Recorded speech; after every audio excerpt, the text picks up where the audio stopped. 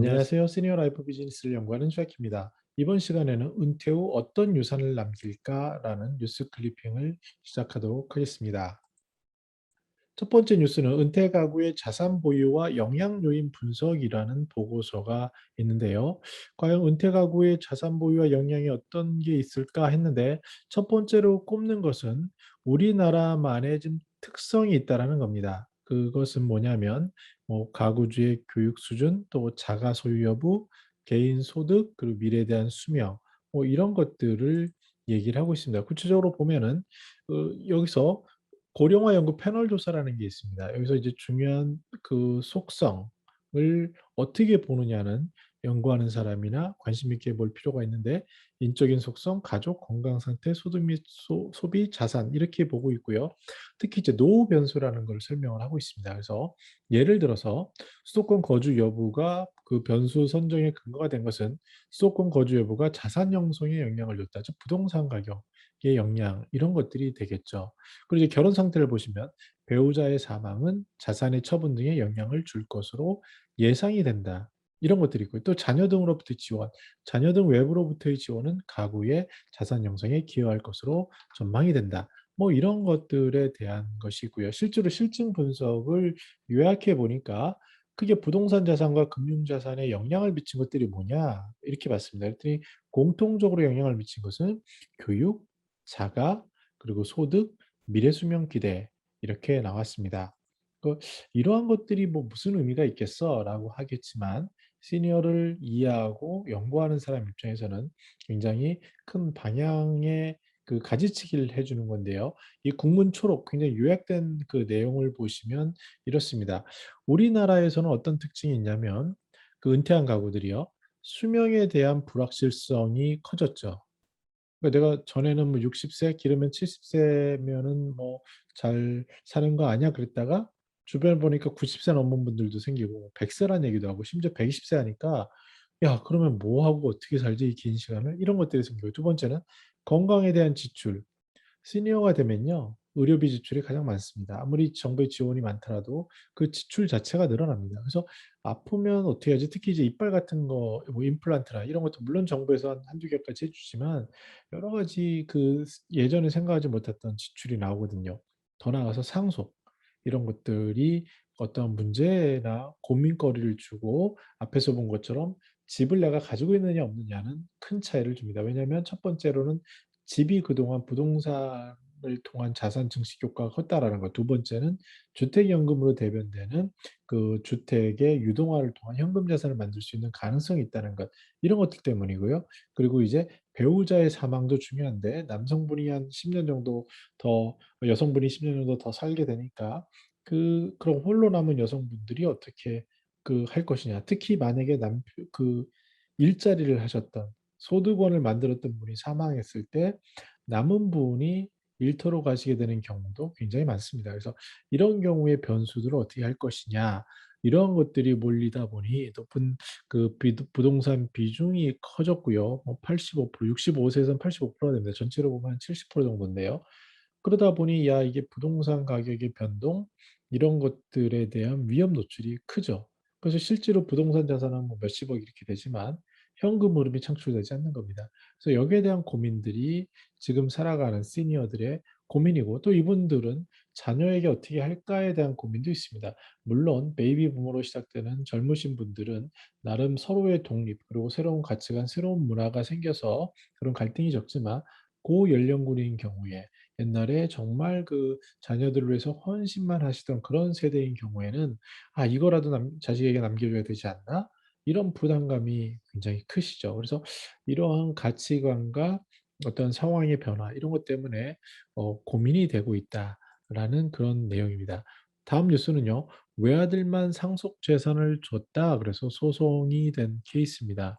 이런 일들은 많죠. 예전에는 그 남자 중심 아닙니까? 여전히 지금도 고연령자 중에서는 아들에 대한 그 선호가 굉장히 크죠. 그래서 재산의 대부분이 아들에게 갔고 또 그를 바라보는 누나들이나 여동생이나 이런 분들은 어떤 생각이 있냐면 제 주변에도 그런 게 많습니다. 고령자인 경우에 뭐 그냥 부모님이 아들에게 줬으니까 그 재산은 나랑은 상관없지. 이런 얘기를 하시는 거예요. 근데 그것을 바라보는 주변인의 관점에서는 뭔 소리야? 법에서는 그 자녀에게 정확히 n분의 1 또는 1.5배 조금 더 배우자에게 주더라도 n분의 1 뭐 이렇게 정해놨는데 뭔 소리야? 이런 고민들이 있고 이것들이 이제 그 사망했을 때 어르신께서 돌아가셨을 때 재산 분할에 갈등 요소가 굉장히 많습니다. 특히 이게 뭐 금액이 큰 재벌들에게만 국한된 문제가 아니라 단돈 1,000만 원을 남겼더라도 이거 가지고 자녀들 간에 을을 상하고 이런 것들을 주변에서 너무나도 쉽게 볼 수 있는 일입니다.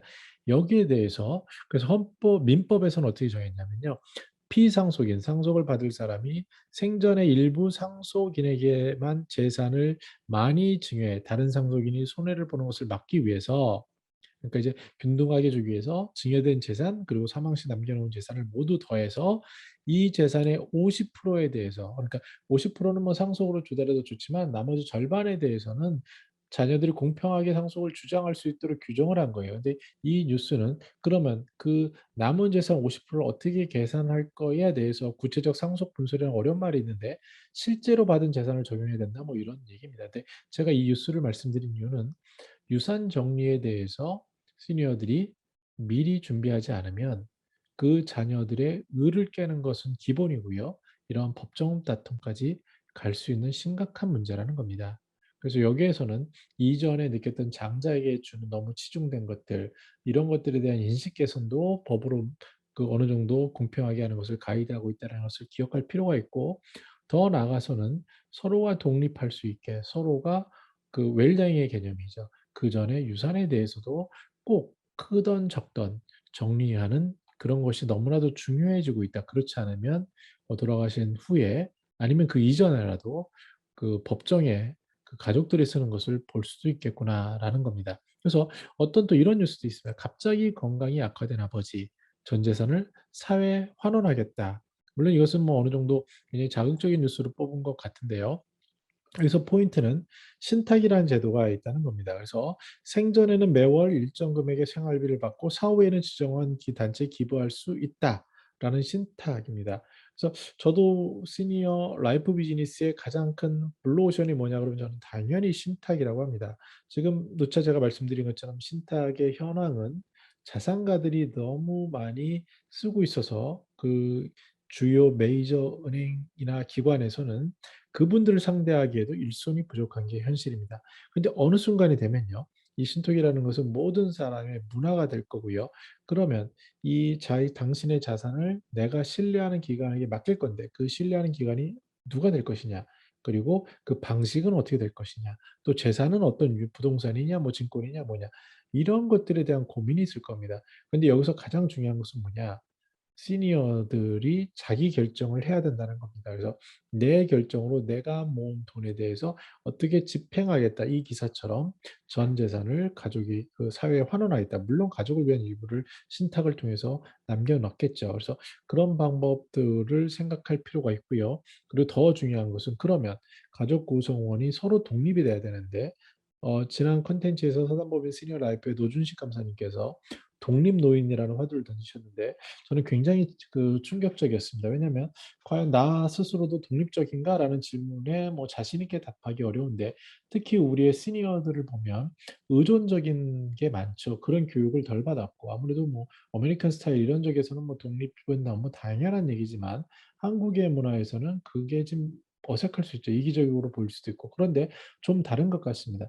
자기가 독립을 하고 그러면 노인도 독립을 해야 되지만 자녀도 독립을 하는 거죠. 그 자녀가 독립할 수 있는 구조를 만드는 게 노인들이 물려줄 유산이어야 되고요. 그래서 이런 관점에서 우리가 봐야 되겠다. 그리고 선택지가 신탁을 통해서 기부라든지 또 다른 방식도 가능하겠다. 이것이 앞으로 우리 사회의 큰 그 이슈가 되고 블루오션이 되겠다라는 그런 예측을 할 수 있을 것 같습니다. 또 다른 뉴스는 아흔의 가꾸는 정원이라는 내용인데요. 사람마다 얼굴이 다르듯 꽃잎도 색깔이 다 달라. 그걸 내 나이 아흔에 알았어. 아흔에. 너무나도 멋진 글인 것 같습니다. 치매 치료를 받기 위해서 그림을 시작한 아흔의 할머니가 고백한 글인데요. 아흔의 눈으로 바라본 정원의 꽃들은 꽃잎 하나하나가 더 아름답고 애틋합니다. 저는 요즘 이런 생각을 많이 합니다. 그 아흔 돼서 보시는 그 시각을 저는 50 대니까 궁금하거든요. 물론 그것이 내가 왕년회라는 것과는 다른 겁니다. 평균을 통해서 그분이 보시는 세상은 어떨까? 그분이 말하고 하는 그 유산은 뭘까? 이런 것들에 대한 관심이 많습니다. 그래서 꼭 그 유산이라는 게 어마어마하고 뭐 잘 나간 사람들 그런 분들 거도 필요하겠지만 그것보다는 일상생활에 나에게 영향을 준 어머니, 나에게 영향을 준 아버지, 나에게 영향을 준 분들의 그 소중한 얘기들을 담아서 그분들의 시각으로 전해주는 것이 유산이 아닐까 이런 생각을 해봤습니다. 특히 지금처럼 누구나 이 유튜브 앞에서 콘텐츠를 만들 수 있는 시대에는 어, 저는 그런 소망이 있어요. 그런 어르신들이나 그런 분들이 후대를 위해서 아니면 직계를 위해서 자신의 기록을 위해서 아니면 손자를 위해서 미리미리 디지털 콘텐츠로 유산을 남기고 그 기록을 남기는 것이 얼마나 좋을까라는 생각을 해봅니다. 저도 이렇게 업로드한 것이 클라우드에 떠다니고 몇 수십 년이 지나도 아마 보게 될 거죠. 그럼 굉장히 창피한 순간도 있을 것 같습니다. 그런데 어, 혹시라도 저 스스로를 보면서 저 때는 저런 생각을 했구나. 그리고 혹시라도 누군가 제가 경험한 것을 바탕으로 저렇게도 볼 수 있겠구나라고 할 수 있다면 그러면 선한 콘텐츠라고 한다면 그것은 굉장히 필요한 것이 아닌가. 그리고 이 세상에는 선하신 분들이 더 많다라고 생각하기 때문에 그런 분들이 뭐 선하고 악하고를 떠나서 어찌됐건 그러한 자신의 유산, 자신의 관점을 나타내는 것들은 우리 시니어들이 해야 될 책무가 아닐까라고 조심스럽게 생각을 하고 제가 만나는 어르신들께는 굉장히 핏대를 세워가면서 강조합니다. 후대를 위해서 저희를 위해서 유산을 남겨주십시오라고 얘기를 합니다. 스스로 결정하는 삶, 어떤 유산을 남길까 이것에 대해서 젊은 저나 또 이것을 보시는 시니어 선배님들이나 또 아니면 조금 어리신 분들이나 같이 생각해 볼 만한 중요한 이슈가 아닌가 생각을 해봤습니다. 저는 더 나은 시니어 삶 공동체를 연구합니다. 감사합니다.